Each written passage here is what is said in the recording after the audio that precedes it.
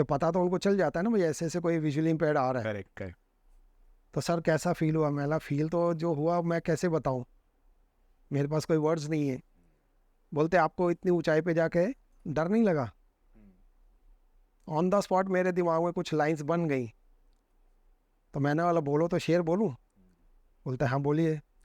मेला देखना हो अंदाज हमारे चढ़ने का, इन पहाड़ों को कह दो जरा और ऊंचे हो जाएं। वाओ।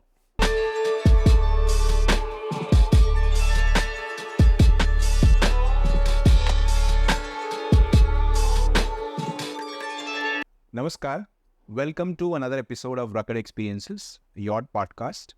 आज हमारे साथ बहुत ही स्पेशल पर्सन है। उनका नाम है अमरजीत सिंह चावला।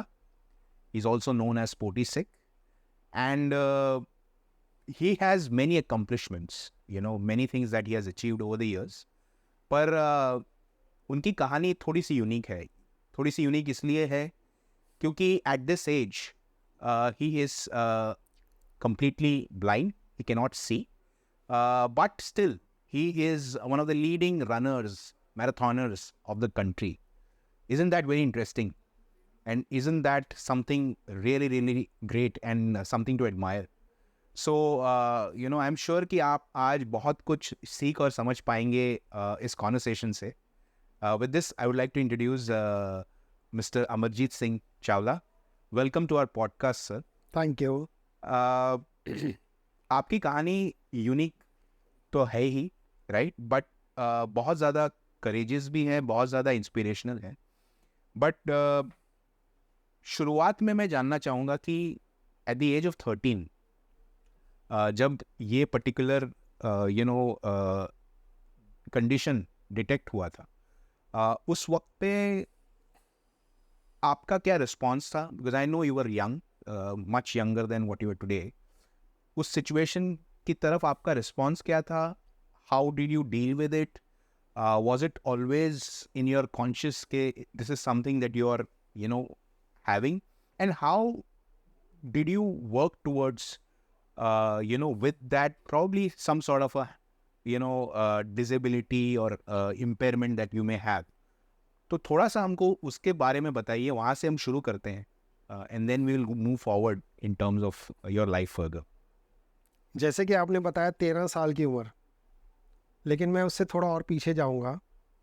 13 साल की उम्र में तो मुझे मैकुलर डिजेनरेशन डिटेक्ट हुआ था, लेकिन उसके पहले आप सबकी तरह मैं भी 6/6 विजन का एक बंदा था। लाइफ बहुत अच्छे से चल रही थी, बच्चा था, स्टडीज़ में भी अच्छा था। लेकिन 13 साल की उम्र में जब मैकुलर डिजेनरेशन डिटेक्ट हुआ तो ना सिर्फ मेरे बल्कि मेरे माँ बाप के पैरों के नीचे से भी ज़मीन खिसक गई। जब ये डिटेक्ट होने के बाद में उन्होंने अपनी पूरी जोर लगा दिया मेरी ट्रीटमेंट करने के लिए। जिसने जो बताया, जो भी पैथी बताई, चाहे वो होम्योपैथी, एलोपैथी, आयुर्वेद, यूनानी, स्पिरिचुअल, सब तरह की ट्रीटमेंट्स कर ली, लेकिन मेरी विज़न संभलने में नहीं आ रही थी। धीरे धीरे मेरी विज़न कम होती चली जा रही थी इसके बावजूद कि मेरी ट्रीटमेंट्स चल रही थी। लेकिन एट द एज ऑफ 40 साल की उम्र में मेरी विज़न टोटली ख़त्म हो गई और I was on total darkness. अब जैसे कि आपने ये कहा कि भाई कैसे ओवरकम किया, 13 साल के पहले जो मेरी विज़न थी और जो मेरी लाइफ थी वो तो एक जैसे खिलंडरे बच्चे होते हैं, एकदम अपने हिसाब से सब ज़िंदगी चल रही थी। लेकिन 13 साल में जब मुझे दिखना कम हुआ, धीरे धीरे कम हो रहा था, ठीक है, लेकिन स्कूल में जो स्टडीज़ चल रही थी तब मैं 5th स्टैंडर्ड में था। उस स्टडीज़ में मेरे को इतना तकलीफ़ होने लग गई कि बोर्ड पे लिखा हुआ नहीं दिख रहा था। अपने फेलो स्टूडेंट्स की हेल्प से जैसे तैसे करते हुए मैंने हर साल अपनी एग्ज़ामिनेशंस को कवर करता गया और पास होता चला गया। फाइनली जब मैंने मैट्रिकुलेशन कंप्लीट की तब ऐसा हो गया कि आगे मेरे लिए पढ़ाई करना मुमकिन नहीं था, क्योंकि विज़न बहुत डिटेरियोरेट हो गई थी। लेकिन पढ़ाई में भी मेरे को इतनी मतलब ऐसे नहीं था कि भैया कि बहुत आसानी रही, बहुत तकलीफ़ें हुई, क्योंकि दूसरे जो बंदे हैं वो बुक्स पढ़ेंगे, ब्लैक बोर्ड पे लिखा हुआ पढ़ लेंगे, सब करने के बाद अपने क्या एग्ज़ाम में अपीयर होते थे। लेकिन मैंने जो एक बार सुना, चाहे वो किसी ने मुझे पढ़ के बताया या मुझे एक्सप्लेन किया, तो मेरे को पूरा का पूरा उसको हर चीज़ को अपने दिमाग में फीड करके रखना पड़ता था ताकि एग्ज़ाम के टाइम पे मैं उसको इस्तेमाल कर सकूँ। फिर मैट्रिकुलेशन के बाद जब ऐसा हुआ कि भी आगे पढ़ाई नहीं कर पाऊँगा, तो काफ़ी टाइम तक तो ऐसे ही रहा। फिर लेकिन अभी लाइफ ऐसे तो चलनी नहीं थी, कुछ ना कुछ करना था। तो जैसे हमारा पुश्तैनी बिज़नेस था फाइनेंस का, तो मैंने भी थोड़ा थोड़ा उसमें हाथ आजमाने शुरू किए। मैंने अपनी लाइफ में सबसे पहला जो बिज़नेस किया वो फाइनेंस का ही था। छोटे स्केल पे था, धीरे धीरे करता गया और उसको बढ़ाता गया। और उसके साथ साथ फिर मैंने लॉटरी का भी बिज़नेस शुरू किया ताकि भी थोड़ी एडिशनल इनकम हो, और लाइफ चल रही थी। फिर 27 साल की उम्र में मुझे एक लड़की मिली। She was from Marwari family. उसके साथ मेरी मुलाकात हुई और 4 महीने के मुलाकात के बाद हमने शादी कर ली। और मैं बड़े गर्व से कहता हूँ कि आज वो मेरी बेटर हाफ़ हैं, और ना सिर्फ बेटर हाफ़ हैं, मेरी लाइफ का सबसे बड़ा पिलर वही हैं। मेरे को अब तक वो सपोर्ट करती चली आ रही है। ज़िंदगी चल रही थी, 2 बेटियां भी हो गई। सर थोड़ा सा यहाँ पे मैं जी, डेल्व करना चाहूँगा, क्योंकि 27 तक प्रॉब्ली आपका कंडीशन थोड़ा सा और डिटेरियोरेट हो गया। डिटेरियोरेट हुआ होगा। जी, एंड आई एम श्योर कि आपकी जो आज वाइफ है, जी, उस वक्त पे जब आपको मिली उनको ये पता होगा। जी, It is such a huge decision. It is such a courageous decision, I would say, that you are going to be with someone who will face this problem going ahead in life. जी। थोड़ा सा उनके mindset के बारे में बताइए कि क्या था उस मोमेंट में। मतलब 4 महीना is not a very big amount of time. या कि 4 महीने में डिसाइड कर लिया कि I want to marry this man.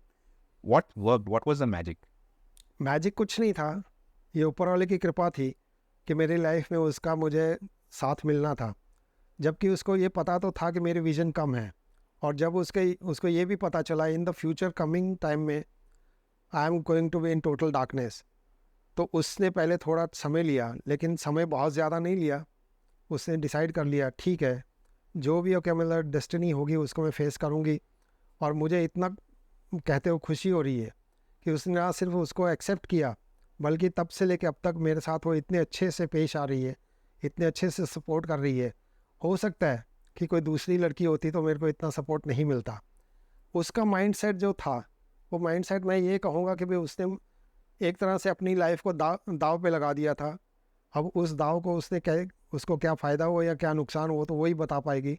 लेकिन मेरे को इतना पता है कि उसके खेले हुए दाव से मैं आज लाइफ में इतना आगे बढ़ पाया हूँ। मुझे लग रहा है कि हमने एक और पॉडकास्ट करना चाहिए और उनके साथ करना चाहिए। We should have her side of the story and we should listen from her because there is so much to learn from her also. Anyway, sir, continuing the journey, it is 40, for example, you are at the age of 40 now, and तब आपका complete blindness होता है, जी, right? You are not able to see at all. या Just talk about that particular phase. अभी जैसे मैंने बताया कि 13 साल की उम्र में मेरी विजन डिटेरियोरेट होनी शुरू हो गई थी, तो थोड़ा थोड़ा दिमाग के अंदर ये तो बात आ रही थी, आज नहीं तो कल, कल नहीं तो परसों भाई मेरी टोटल डार्कनेस की कंडीशन आने वाली है। धीरे धीरे अडेप्शन तो हो रही थी, लेकिन ये सोचना, बोलना और कहना बहुत आसान होता है, लेकिन जब आप उस कंडीशन में पहुंचते हो तो उसको फेस करना बहुत मुश्किल होता है। Right. 40 की उम्र में जब मैं टोटल ब्लाइंड हुआ, जब सारे क्या मतलब विजन के शटर्स डाउन हो गए, तो मैं भी एक तरह से यू कैन से भी बहुत शॉक था, बहुत बड़ा आघात लगा था। Right. काफ़ी टाइम तक मैं अपने इस तकलीफ से उबर नहीं पाया। Correct. लेकिन फिर again I am thankful to my wife. उसने मुझे सहारा दिया, बोलते देखो ज़िंदगी तो बितानी है, आपको अपनी फैमिली की, बच्चों की ज़िंदगी भी आगे बढ़ानी है। तो उसने मुझे सपोर्ट किया, और सपोर्ट की वजह से आज फिर मैं यहाँ पर हूँ। That is so incredible. But वो फेज कैसा था? Was there something that you I mean was it what kind of period was it? कितना समय लगा आपको उसमें से उभरने के लिए, और what were you going through at that point of time?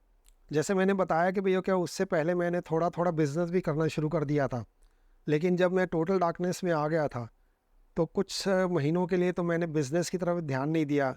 जो लगाए हुए पैसे वो भी डूबने शुरू हो गए। लेकिन अगर मैं ये कहूँ कि बहुत आसान था, नहीं, कोई आसानी नहीं थी उसमें। बहुत तकलीफ़ें हुई, क्योंकि मुझे बाहर निकलना घर से अगर कुछ करने के लिए, चाहे मैं किसी के मतलब पार्क में ही जाना चाहूँ या अपने बिज़नेस के लिए कहीं जाना चाहूँ, तो मुझे किसी न किसी की ज़रूरत पड़ रही थी, क्योंकि न्यू ब्लाइंडनेस थी, तो मैं अपने आप को इतना अडाप्ट भी नहीं कर पाया कि अकेले मूवमेंट कर पाऊँ। तो उस हिसाब से कि मैंने बिना किसी के सहारे के आगे बढ़ना मुझे बहुत मुश्किल लग रहा था। और मैं फिर अगेन थैंक्स कहूँगा मेरे कुछ दोस्तों को, जिन्होंने कि मुझे मेरी लाइफ में हेल्प किया जहाँ भी मुझे जाना होता था, चाहे वो मेरा फाइनेंस का काम था। अच्छा, उसके दरमियान मैंने लॉटरी का भी बिज़नेस शुरू कर दिया था। तो लॉटरी शॉप पे भी जो बंदे रखे थे कुछ अच्छे थे, कुछ थे कि भई ओके चलो इसको तो दिखता तो नहीं है, तो इसका फ़ायदा उठाया जाए। तो हर जगह मतलब डार्क स्पॉट्स होते ही हैं, उन डार्क स्पॉट्स को मैंने साइड में रखते हुए लाइफ में आगे बढ़ते बढ़ते ऐसा हुआ कि फिर मैंने देखा जब ये कि मतलब और कुछ चारा नहीं है, धीरे धीरे अपना बिजनेस वाइंड अप करते करते मैंने एग्जिट कर दिया। और फिर उसके बाद में वाइफ के नाम से इंश्योरेंस की तो एजेंसी। ये लगभग क्या उम्र में था जब आपने बिजनेस वाइंड अप कर दिया, आपका लॉटरी का जो बिजनेस? लॉटरी का भी और फाइनेंस का भी बिजनेस वाइंड अप करते करते मुझे 45-46 की एज में या 48 समझ लीजिए, पूरा बिजनेस मैंने वाइंड अप करने की कोशिश की।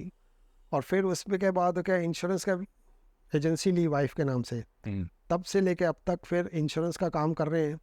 और अब भगवान की कृपा से थोड़ा थोड़ा शेयर में भी ट्रेडिंग करता हूँ। दाल रोटी चलती है, और ना सिर्फ दाल रोटी चलती है बल्कि अपने पैशन को पूरा करने के लिए भी कुछ साइड में निकाल लेता हूँ। तो आप पैशन पे आते हैं और उस मोमेंट पे आते हैं जहाँ पे आपने निर्णय किया कि आप रनिंग से शुरू करेंगे। Probably that was the first physical activity that you wanted Yes. to pursue. Yeah. Let's go back in time to that moment. What age was it? और क्या हुआ कि आपने ये निर्णय किया कि आप रनिंग परसू करेंगे?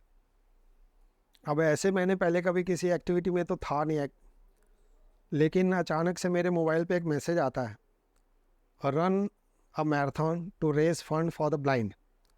अब मैराथन क्या होती है, किस चिड़िया का नाम है, कुछ पता नहीं, और फंड कैसे रेज करेंगे वो तो एकदम ही असंभव लग रहा था। राइट। तो क्या है कैसा है वो पता करने के लिए मैं अपनी वाइफ के साथ वर्ली सी फेस पे NAB, that is national association for the blind, right. उसका ऑफिस में गया। मैंने इंक्वायरी की, तो उन्होंने बताया अगर आप मैराथन दौड़ते हो हमारा बैनर लेके, तो हो सकता है कि उस बैनर को देख के ब्लाइंड लोगों के लिए कुछ फंड्स इकट्ठा कर पाओ। मतलब ठीक है, लेकिन मैराथन होता क्या वो तो बताओ। तो दे टोल्ड मी भाई long distance running is called marathon. Right. मैं लॉन्ग डिस्टेंस यानी कितना, तो बोलते हैं 42 किलोमीटर्स की फुल मैराथन होती है। जो बंदा कभी क्या 200 मीटर भी ना दौड़ा हो तो 42 तो सोच भी नहीं सकता। मैंने मना कर दिया, बोलते हैं कोई बात नहीं, उससे नीचे हाफ मैराथन भी होती है 21 kilometres. Right. Again I nodded my head.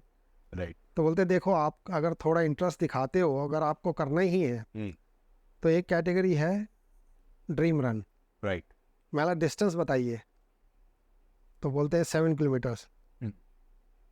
कुछ समय आके मैंने चुप रह के सोचा, मैंने चलो कोशिश तो करेंगे, ना दौड़ेंगे ना चल लेंगे, पैदल चल लेंगे। करेक्ट। लेकिन 100% विजुअली इम्पेयर्ड बंदा कैसे चलेगा सड़क पे, जो रूट पे आप कभी गए भी नहीं हो। तो उन्होंने बताया नहीं, हम आपको एस्कॉर्ट अलॉट करेंगे। और तब ये मुंबई मैराथन का पहला एडिशन था 2004 में। ओके। तो स्टैंडर्ड चार्टर्ड बैंक उनका तब स्पॉन्सर हुआ करता था। यस। तो स्टैंडर्ड चार्टर्ड के कुछ एम्प्लॉयज़ हम कुछ विजुअली इम्पेयर्ड लोगों को एस्कॉर्ट करने के लिए आए थे। राइट। तो मैंने क्या ओके कर दिया, रजिस्टर कर दिया। और कुछ दिनों की प्रैक्टिस, यानी you can say about 7 to 10 days की प्रैक्टिस की। और उसके बाद इवेंट का टाइम आ गया।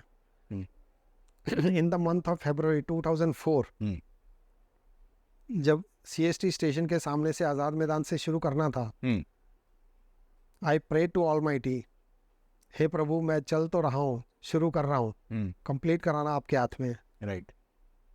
I started. मुझे एस्कॉर्ट कर रही थी एक लड़की, स्टैंडर्ड चार्टर्ड की एम्प्लॉय। बोलती है सर अगर आपको ऐसे लगे कि मैं तेज़ जा रही हूँ तो आप मेरे को स्लो डाउन करवा सकते हो। ओके। ठीक है, वहाँ से हमने शुरू किया। धीरे धीरे फ्लोरा फाउंटेन पहुँचे, वहाँ से राइट टर्न लिया। चर्च गेट स्टेशन आते आते तक में बोलती है सर प्लीज़ स्लो डाउन।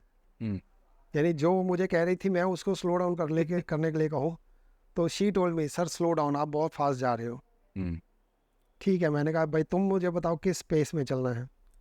करते करते करते अब जैसे मुझे पता कि आप ये पूछेंगे कि भैया क्या पहली बार जब किया तो आगे आपने कंटिन्यू क्यों किया, तो उस बात पे मैं अभी आ जाता हूँ। जैसे ही हम पहुँचे ब्रेबॉर्न स्टेडियम पे, तो वहाँ पर मेरी एस्कॉर्ट पूछती है, सर आप कपिल देव को जानते हो? मैंने कहा यस। तो ये बात हो ही रही थी। तो इतने में ही मैंने सुना कैन आई, यानी कपिल देव की आवाज़ थी, और फ्रैक्शन ऑफ सेकंड में मेरी एस्कॉर्ट ने मेरी स्टिक कपिल देव को पकड़ा दी, और ब्रेबॉर्न स्टेडियम से लेकर के एयर इंडिया बिल्डिंग तक, जिसका डिस्टेंस अप्रॉक्सीमेटली 250 से 300 मीटर्स होगा, कपिल देव एस्कॉर्टेड मी। वाओ। और उस मोमेंट को मैं आपको बता नहीं सकता मैं कैसे और क्या मतलब दिमाग में फील कर रहा था और कैसे, गेटिंग गूज़बम्प्स सर, है ना। As you are seeing it. तो उसके पहले मतलब क्या, जब ब्रेबॉर्न स्टेडियम से वहाँ तक गए, कुछ दिमाग में कुछ भी नहीं चल रहा था, टोटल ब्लैंक हो गया दिमाग। जब एयर इंडिया बिल्डिंग पे पहुँच के यू टर्न लिया, तो उन्होंने मेरी स्टिक वापस मेरी एस्कॉर्ट को पकड़ाई, मेरे कंधे पे हाथ रख के बोलते हैं, अमरजीत शुरू किया है तो रोकना मत। वाओ। वहाँ से हम आगे गए, मैरीलैंड फ्लाईओवर तक आते आते मैं पूरा चुप। एस्कॉर्ट परेशान हो गई, बोलती है पहले तो थोड़ी तो बात कर रहे थे आप, अब तो आप एकदम चुप हो गए।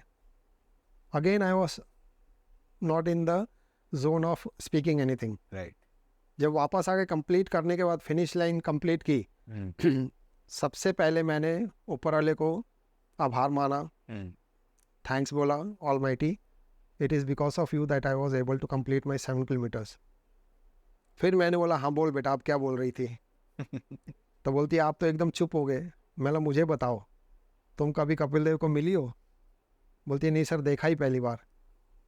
मैं बोला तुमने देखा पहली बार, तुमको दिख रहा है, और मुझे दिख नहीं रहा, लेकिन उन्होंने मुझे एस्कॉर्ट किया। और in my very first attempt, a big cricketer, इतना बड़ा लेजेंड अगर मुझे एस्कॉर्ट कर रहा है, तो उससे ज़्यादा मेरे लिए मोरल बूस्टिंग और क्या होगा। करेक्ट। तो दैट वाज द मोमेंट, मैंने सोच लिया भाई आगे मेरे को करना है करना है करना है। तो again in the year 2004, in the month of October, थोड़ी प्रैक्टिस की, एक बंदे को तैयार किया, और मैंने बांद्रा में रिजवी कॉलेज से 12.5 किलोमीटर की एक रेस दौड़ी। ठीक है, मुझे कि पहले टाइमिंग कितना लगता है क्या होता है कुछ पता नहीं था, खाली कंप्लीट करना है। तो कंप्लीशन वाज माई मेन फंडा। करेक्ट। थोड़ा अच्छा लगा। फिर इन द ईयर 2005 मैंने सबसे पहली बार अपने आप को रजिस्टर किया अगेन मुंबई मैराथन के लिए, 21 किलोमीटर्स के लिए। So sir, before we talk about G. That, थोड़ा सा मैं वापस इस मैराथन पे आना चाहता हूँ। हाँ जी। तो जब आप नेशनल एसोसिएशन फॉर ब्लाइंड के लिए गए थे वहाँ पर, हाँ जी। उन्होंने आपको बोला 7 किलोमीटर तो भागिए। जी। ड्यूरिंग दैट, जब आपने डिसीजन भी लिया कि मैं ये चीज़ करूँगा, हाँ जी। Right, what was the reason? क्या मोटिवेशन था, क्या था जो आपको बोल रहा था कि आपने ये करना चाहिए? व्हाट वाज द पर्पस, और what was it that you were doing it for? तो रीज़न तो मुझे एज सच कुछ पता नहीं है, क्योंकि मुझे तो यही लगता है कि मेरे नसीब में ये लिखा था, और मेरे फ्यूचर में मुझे आपके सामने बैठ के पॉडकास्ट करने का मौका मिले, तो मे बी वो ऊपर वाले ने पहले ही सोच रखा होगा। लेकिन मेरे दिमाग में एक बात थी, कुछ तो ऐसे करो, दुनिया आती है कीड़े मकोड़ों की तरह चली जाती है, करेक्ट। कोई किसी को नहीं जानता। ट्रेन में चढ़िए, हज़ारों लोग होते हैं, हज़ारों उतर जाते हैं, चढ़ लेते हैं, कल उठ के दूसरी बार कोई एक सेम बंदा आएगा, आपको पहचानेगा नहीं। लेकिन कुछ तो ऐसा हो, you don't be the crowd, correct. You try to be some face in the crowd. तो मैंने कहा अगर मेरा ये अटेम्प्ट मुझे इसमें हेल्प करता है तो क्यों नहीं। और मैं बड़े प्राउडली कह सकता हूँ कि भाई मेरा वो लिया हुआ स्टेप आज मुझे यहाँ तक लाया है। तो I am all, So you did not know at that time Nothing, ये nothing. क्या बनेगा या जी नहीं। इससे क्या होगा। जी नहीं। एक और चीज़ मुझे पूछना था कि वो जब आपने डोनेशन के लिए किया था रन, जी। राइट, तो उससे कुछ डोनेशंस मिले आपको? Did you get anything out of it? उसमें क्या था, जो बैनर पे उन्होंने पूरी डिटेल लिख रखी थी, तो उसमें हो सकता है कि उनको कुछ डोनेशंस आए भी हों, हो सकता है ना भी आए हों, कि I was not the only visually impaired person with the banner, और भी लोग थे। तो मुझे ये पक्का है कि कुछ ना कुछ तो उनको अमाउंट्स आए होंगे। करेक्ट। लेकिन इन चीज़ों से अवेयर ही नहीं थे भाई क्या होता है क्या नहीं होता। तो ना कभी पूछने की कोशिश की, ना कभी किया। सिर्फ इतना था कि 7 किलोमीटर कंप्लीट कर लिया, सर्टिफिकेट मिल गया, मेडल मिल गया और साथ में कुछ गुडीज मिल गई, करेक्ट। उसी में खुश थे। लेकिन आगे आगे जब एडिक्शन होता गया, तो जब मैंने बताया 2005 से 21 दौड़ना शुरू किया, और फिर जब आप दौड़ रहे हो 7 किलोमीटर, तो आप आज़ाद मैदान से चल के एयर इंडिया बिल्डिंग तक जाके फिर क्या मारी लाइन्स आके वापस वहाँ पहुँच जाते हो। करेक्ट। लेकिन 21 किलोमीटर्स के लिए you have to come all the way from Azad Maidan to Worli and right. Back. Right. तो उस दरमियान जो मुझे क्या लोगों का अप्रिसिएशन मिला, हालांकि तब इतने लोग ज़्यादा जागरूक नहीं थे, अवेयर नहीं थे, लेकिन फिर भी मैंने कुछ लोगों को सुना, बग रहे आंधड़ा मानुस धावते है। तो मेरे मन में आया कि भाई अगर ये लोग बोल रहे हैं, इसका मतलब उनके दिमाग में कुछ तो चल रहा है। करेक्ट। तो आई केप्ट ऑन कंटिन्यूइंग। फिर अगेन इन 2006 जब मैं 21 अपना कर रहा था, आज़ाद मैदान से चले वर्ली से वापस यू टर्न लेके आए, जब जसलोक हॉस्पिटल तक पहुंचे हैं, तो मेरा एस्कॉर्ट था अनिल सोलंकी। मेरे को बोलता है, अमरजीत भाई आपकी तरफ एक बंदा आ रहा है। बोला ठीक है। मेरा कौन है? बोलता है अनिल अंबानी। तो अनिल अंबानी ने मुझे जसलोक हॉस्पिटल से लेके कैंप्स कॉर्नर तक करीबन आधा किलोमीटर एस्कॉर्ट किया। फिर मेरे दिमाग में तो और भी हो क्या, हवाइयाँ उड़ने लग गई। भाई पहले कपिल देव, अब ये अनिल अंबानी, आगे हो सकता है भाई प्राइम मिनिस्टर ऑफ इंडिया भी मुझे एस्कॉर्ट करे। तो उस मोटिवेशन के साथ मैंने कंटिन्यू करता गया, और मैं बड़ी खुशी से और बड़े प्राउडली बताता हूँ कि मैंने बहुत सारी मैराथन दौड़ी, ऑल ओवर इंडिया दौड़ी, चंडीगढ़ से लेकर के चेन्नई तक, कोलकाता से लेकर के अहमदाबाद और बड़ौदा तक, 13 स्टेट्स में 32 सिटीज़ में जो दौड़ा हूँ। और वहाँ ऐसे ऐसे लोगों ने मुझे फेलिसिटेट भी किया, मेरे साथ दौड़े भी हैं। अब मैं फॉर इंस्टेंस एक बात बताऊँ, मुझे एक फ़ोन आया नासिक से, अमरजीत सिंह। मैं यस। बोलते हैं हम यहाँ पर एक मैराथन ऑर्गेनाइज कर रहे हैं जो कि पुलिस इंटरनेशनल मैराथन है, और आपको आना है। मेरा तारीख? बोलते हैं वो मत पूछो, अगर आप नहीं आओगे तो हम आपको उठा के लाएंगे। जब मैंने ओके कर दिया, तब मैं आपको ये बताते हुए मेरे को खुशी हो रही है कि ये जो बंदा मुझे कॉल कर रहा था, उसको ऑर्डर किसका था? Commissioner of police Nashik mister Ravindra Singhal. Okay. उन्होंने ये बोला मुझे ये बंदा चाहिए तो चाहिए। उन्होंने मेरी स्टैंडीज लगा दी, मेरे बिल बोर्ड्स लगा दिए। जब वहाँ गया, मुझे गाड़ी यहाँ नासिक से यहाँ लेने आई। जब मैं वहाँ पहुँचा हूँ, गाड़ी का दरवाज़ा कौन खोल रहा है? Commissioner of police. वाओ। तो उससे ज़्यादा आपको और क्या इज्जत चाहिए? एग्जैक्टली। तो इसी तरह मुझे बहुत बहुत बहुत मतलब ऊपर वाले की कृपा से बहुत इज्जत मिली है। सचिन तेंदुलकर जहाँ भी मुझे देखेंगे सामने से चल के आ जाते हैं। कई मैराथन्स में वो एम्बेसडर होते हैं। करेक्ट। तो सामने से आके मुझे मिलते हैं, मिलिंद सोमन, अमरजीत मेरे को तुम्हारे साथ दौड़ना है। तब ऐसे लोग अगर सामने आ रहे हैं, इतनी बड़ी बड़ी हस्तियाँ आ रही हैं, तो आपको नहीं लगता कि मेरे को कंटिन्यू करना चाहिए? Of course. कोई पागल ही होगा वो स्टॉप करेगा। सो हाँ जी। अमरजीत जी, मुझे ये समझना है कि जैसे फर्स्ट मैराथन में भी आपने बोला आप 7 किलोमीटर दौड़ रहे थे जी। आपको अंदाज़ा नहीं था कि आपकी कैपेसिटी क्या है। फॉर एग्जांपल पहले आपको 42 का ऑफर था जी। और जब आप 7 किलोमीटर भी दौड़ रहे थे तो the lady was running with you, उसने बोला कि यार थोड़ा स्लो हो जाइए जी, विच मीन्स आपका फिटनेस अच्छा था जी, बिकॉज आई थिंक उस पॉइंट तक आप 3-4 किलोमीटर दौड़ चुके थे। जी। तो ये फिटनेस आपका पहले से रहा है और आपका routine in terms of fitness क्या है, थोड़ा उसके बारे में बात कीजिए। नो, कुछ तो नेचुरल था ही, लेकिन कुछ मेरी एक्टिविटी ये थी कि मैं क्या, जब मुझे पता चला कि मैं जा रहा हूँ तो मैंने योगा भी ट्राई किया था, क्योंकि बोलते हैं भाई योगा से भी कुछ बेनिफिट मिल सकता है। करेक्ट। मैं योगा भी कर रहा था, तो और वो योगा और प्राणायाम मुझे हेल्प कर रहे थे। कि प्राणायाम एक ऐसी चीज़ है जो आपकी लंग कैपेसिटी बढ़ाता है। यस। लॉन्ग डिस्टेंस रनिंग में आपको आपके श्वास के ऊपर कंट्रोल करना बहुत ज़रूरी है। यस। तो it was, you can say भाई क्या, with the help of this yoga and pranayama, कि मैंने पहले इवेंट में भी अच्छा कर दिया।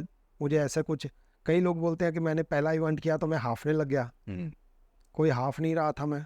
हाँ, इतना ज़रूर है कि अगर मुझे थोड़ा थकान लगी तो मैंने स्लो डाउन किया। Correct. लेकिन मन में एक ही विचार था कि कंप्लीट करना है। Correct. अगर कोई बीड़ा हाथ में उठाया तो उसको पूरा तो करना ही करना है। Right. और हर बार तब से लेके अब तक मेरे दिमाग में एक ही चीज़ होती है कि कंप्लीट करना है, what ever be the time. Correct. अब जैसे मैं आपको बताऊं, मैंने इतनी मैराथन्स दौड़ी हैं। अगर आप मुझे इजाज़त दो तो मैं नंबर बोल दूं। Sure. 2004 में जो मैंने 7 किलोमीटर किया था, लेकिन आज की तारीख में मैंने 146 हाफ मैराथन्स दौड़ी हैं, 77 10 के और 12 केस दौड़ी हैं, 5 अल्ट्रा मैराथन दौड़ी हैं और एक सुपर अल्ट्रा जिसको मैं बोलता हूँ intercity super ultra, Mumbai to Pune 161 kilometre 33.5 घंटे यानी 33 आवर्स एंड 30 मिनट्स में की है। और ये सब करने में मुझे जो हेल्प मिली है वो प्राणायाम और योगा, क्योंकि लॉन्ग डिस्टेंस रनिंग में आपकी श्वास के ऊपर बहुत कंट्रोल होना चाहिए। अगर नहीं है तो आप नहीं कर पाओगे, हाफ जाओगे। Correct. तो इस चीज़ ने मुझे हेल्प किया। और That is just to add that this is just great, sir. This is thank you this is just remarkable, unthinkable actually. जी। तो उसमें अभी मान के चलिए भैया कि मैं 100% विजुअली इम्पेयर्ड हूँ। घर से बाहर रखते 2 कदम के लिए भी मुझे एस्कॉर्ट की ज़रूरत पड़ती है, तो रोज़ तो एस्कॉर्ट अवेलेबल होते नहीं हैं। Right. तो इसलिए क्या मैंने दूसरा तरीका निकाल लिया। मेरे घर की स्टेयरकेस का रेलिंग पकड़ के मैं स्पॉट जॉगिंग करता हूँ लगभग आधा घंटा से 40 मिनट। उसके अलावा कुछ फ्री हैंड एक्सरसाइज, कुछ Right. योगा के आसन, Right. ये सब करूँ ओके, नहीं करूँ तो भी प्राणायाम तो मेरा डेली करना है, तो करना है कि वही एक मेरा जो है मेन पिलर Right. मेरे स्टेमिना के लिए, कह लीजिए स्ट्रेंथ के लिए, Right. वो मैं ज़रूर करता हूँ तब से लेके आज तक। और आगे भी ऊपर वाले की कृपा रही तो करता रहूँगा। और ये जब मैं सिर्फ इतना कहूँगा कि ये सब चीज़ें करने के लिए दिमाग के अंदर एक पॉजिटिविटी चाहिए, विल पावर चाहिए। कई लोग बोलते हैं भैया क्या सुबह उठ नहीं सकते, तो मत उठो ना। सुबह कौन बोल रहा है उठो, शाम को कर लो, जब मौका मिले तब कर लो। सिर्फ इतना ध्यान रखो कि अपनी मील्स के 2 घंटा आगे पीछे कुछ मत करो। Right. और ये सब करने के लिए मन में दृढ़ इच्छा होनी चाहिए, डिटर्मिनेशन होनी चाहिए और साथ में दिमाग में विल पावर होना चाहिए। क्यों करना चाहिए किसी ने ये? करने के लिए उसके लिए सबके अपने अपने रीजंस होंगे। और आपको क्या लगता है इन जनरल लोगों ने क्यों करना चाहिए? अगर मान के चलिए हम कुछ नहीं करेंगे, हम आलसी हो जाएंगे। आलसी होने से हमारा भी वेट भी बढ़ सकता है। और फिट रखने के लिए अपने आप को कुछ ना कुछ तो फिजिकल एक्टिविटी, मैं ये नहीं कहूँगा कि भाई दौड़ो, ये नहीं कहूँगा कि भाई स्विमिंग करो, ये नहीं कहूँगा एरोबिक्स करो, जिम करो, कुछ भी करो, लेकिन कुछ ना कुछ फिजिकल एक्टिविटी होनी चाहिए ताकि अपने आप को फिट रख सको। अगर फिट रहोगे बीमार नहीं पड़ोगे, चिड़चिड़े नहीं होगे, घर वालों के साथ अच्छे बिहेव करोगे। Right. तो ये सब चीज़ों को मतलब खुशी के लिए सबसे मेन बात है कि अपने आप को, अपने घर वालों को खुश रखने के लिए अगर कुछ करना है तो फिटनेस सबसे ज़रूरी चीज़ है। तो सर मैं आपको एक और चीज़ में डेल्व करना चाहूँगा, या एक और चीज़ के बारे में मैं बात करना चाहूँगा। हम सब मुंबई में रहते हैं जी और मुंबई में लाइफ जो है काफ़ी डिफ़िकल्ट है, जी बिकॉज चीज़ें महंगी होती हैं। हाँ जी आपको एक सर्टन फाइनेंशियल रिक्वायरमेंट मिनिमम होता ही है जी जो आपके घर के नीड्स को पूरा करने के लिए। जैसे आपने बताया आपके 2 बेटियां हैं, जी तो ऑब्वियसली आपने उनको भी बड़ा किया। जी और जैसा आपने बताया कि एक सर्टन एज में आपको आपका बिजनेस बंद करना पड़ा और जी। फिर आप इंश्योरेंस में आए। तो ये सब करते करते आपके फाइनेंशियल चैलेंजेस भी रहे हैं साथ। जी और आज की तारीख में अगर आप देखेंगे तो बहुत से लोग जिनको स्ट्रेस होता है वो सिर्फ इसलिए होता है क्योंकि उनके फाइनेंशियल चैलेंजेस होते हैं या फाइनेंशियल नीड्स होते हैं। मोस्टली उसको लेके लोग स्ट्रेस्ड होते हैं, राइट? और उसके लिए वो लोग जिद्दोजहद कर रहे होते हैं। जी ऐसे में फोकस बहुत डिफिकल्ट हो जाता है। जी। जैसे आप अगर कोई एक एक्टिविटी भी लेते हो, आपको उस एक्टिविटी को रोज करना है, डिसिप्लिन वे में करना है, तो अगर आप स्ट्रेस में हो it will be very difficult for you to focus. Yes आपने इस चीज़ के साथ कैसे डील किया? क्योंकि आपको एक तो आपके सिचुएशन का तो स्ट्रेस था ही कि आप फॉर एग्जांपल जो भी इम्पेयरमेंट है जी उसका तो स्ट्रेस था ही, लेकिन आपको फाइनेंशियल स्ट्रेस भी डेफिनेटली था क्योंकि जी। आपको 2 बेटियों को बड़ा करना है, उनका एजुकेशन करना है, प्लस घर संभालना है, बिजनेस उतना अच्छा नहीं कर पा रहा था। जी इन सब के बावजूद आपने रनिंग लिया, आपने रनिंग आज इतना कुछ आपने अचीव किया रनिंग में। ये बहुत कुछ इसमें से सीखने मिलेगा अगर आप थोड़ा सा इसके बारे में बात कर सकते हैं कि कैसे अपने माइंड को आपने ट्रेन किया to be able to focus. अब देखिए, सबसे पहली बात मैं ये कहूँगा, एक नॉर्मल आदमी अपने ब्रेड बटर कमाने के लिए निकलता है तो उसको जो एफर्ट डालना पड़ता है, तो एक विजुअली इम्पेयर्ड को उससे ज़्यादा एफर्ट डालना पड़ता है। एग्जैक्टली। ये तो आप मानेंगे। यस। तो उस सूरत में पहले क्या, डे टू डे नीड्स को पूरा करना, फिर उसके बाद अपने पैशन को भी क्या आगे बढ़ाना। राइट। तो आपकी ये बात एकदम सही है कि वो बहुत मुश्किल था। लेकिन मैं जैसे बताऊं कि भैया, क्या मैंने शुरू से कहा कि भाई मेरी वाइफ जो मेरा इस पूरे जर्नी में एक मेन जिसको बोलते हैं कि स्ट्रॉन्ग पिलर रही है, उसने बोला देखो हम 2 रोटी कम खा लेंगे लेकिन आप अपना पैशन भी जारी रखो। तो कम हो या ज़्यादा हो, मैंने एक ही बात दिमाग में रखी है, घर में किसी चीज़ की कमी मत आने दो, और बाहर अगर करना है तो उसके लिए कुछ एक्स्ट्रा एफर्ट करो। और आपको ये भी बता दूँ, शुरू में जैसे मुझे भाई चैलेंजेस आते थे, एस्कॉर्ट्स नहीं मिलते थे। करेक्ट। क्योंकि एस्कॉर्ट मिलना कोई आसान काम नहीं था। Not at all. फिर उसमें भी ऐसा था, कई लोग होते थे, सर मैं आ तो जाऊंगा लेकिन रजिस्ट्रेशन तो मेरे सिर पे डबल खर्चा था, राइट। अपना भी अपने एस्कॉर्ट का भी। राइट। और मान के चलिए अगर मैं भैया क्या अपनी सिटी से बाहर जाके मैराथन दौड़ रहा हूँ तो ट्रैवलिंग है, लॉजिंग बोर्डिंग है, सब कुछ मेरे सिर पे आता था। और भगवान की कृपा से मुझे ऐसे भी एस्कॉर्ट मिले हैं भाई जो कि बोलते थे सर जो खर्चा होगा हम आधा आधा कर लेंगे, राइट। चाहे वो रजिस्ट्रेशन हो, ट्रैवलिंग हो, लॉजिंग बोर्डिंग हो। तो ऐसे भी बंदे मिले हैं। लेकिन ऐसे भी मिले हैं, सर क्या खर्चा होगा मुझे नहीं पता, मेरी जेब में 50 रुपये हैं, बाकी आप देख लेना। तो उन सब को पूरा करने के लिए मैंने जैसे बताया कि एक्स्ट्रा एफर्ट, जैसे मैं पहले सिर्फ क्या फाइनेंस का काम करता था, फिर लॉटरी का भी काम चालू किया, लेकिन वो सब वाइंड अप करने के बाद में फिर और सिर्फ इंश्योरेंस का हो गया। Correct. फिर एक बात ये भी हुई कि मेरे घर में जगह थोड़ी ज़्यादा थी, तो घर के बाहर के हिस्से में अपनी एक छोटी सी दुकान बना के वो भी रेंट आउट कर दी। Correct. वो शेयर मार्केट का भी काम करते गए। और ये भी बताऊंगा भी मेरे फैमिली मेम्बर्स, हालांकि वो मेरे ब्रदर साथ में नहीं रहते, लेकिन जब भी ज़रूरत पड़ी वो हमेशा साथ में खड़े रहे। Correct. तो वो भी एक चीज़ थी। और इनिशियल डेज में जब लोग मुझे जानते ही नहीं थे, और मैं ये भी बता दूं भैया क्या, एक विजुअली इम्पेयर्ड रनर होने की वजह से मुझे काफ़ी लोगों ने डीमोटिवेट भी किया है। कैसे, अरे तुम क्या करोगे जाके, मिलेगा क्या जाके। लेकिन मन में एक दृढ़ निश्चय था, करना है तो करना है। मैं करता गया। फिर उसके बाद ऐसा हुआ कि भैया क्या आज कुछ समय से जैसे काफ़ी लोगों में मेरी पहचान हो गई। अब मैं बहुत अच्छे से ये जानता हूँ कि लोग चाहते हैं कि मैं आगे बढ़ूँ। Correct.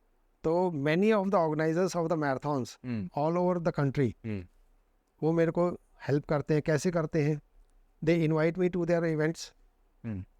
कई लोग मुझे ट्रैवलिंग भी देते हैं, लॉजिंग बोर्डिंग भी देते हैं, रजिस्ट्रेशन तो है ही है, और कई सिर्फ और सिर्फ रजिस्ट्रेशन में मुझे वेव ऑफ कर देते हैं, उससे भी बहुत हेल्प होती है।